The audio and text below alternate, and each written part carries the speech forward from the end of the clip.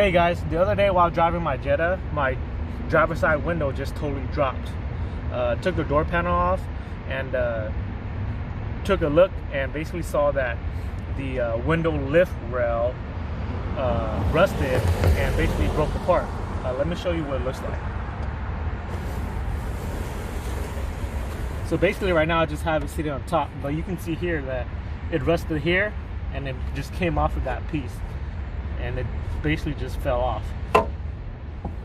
So I bought a new one from MK1 Auto House, and in this video I'm going to show you how to replace this guy.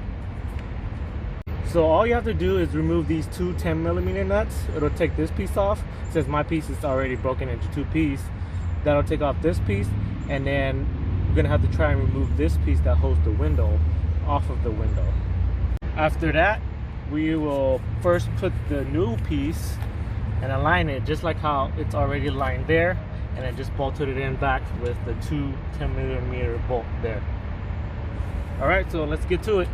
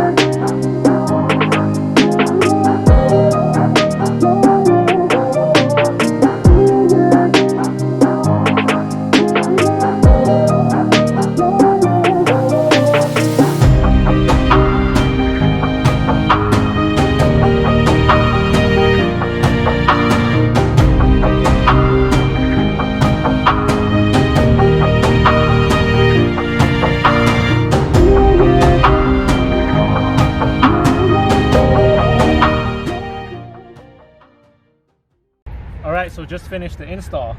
It might need a little bit of adjustment because it's kind of rough rolling up and down.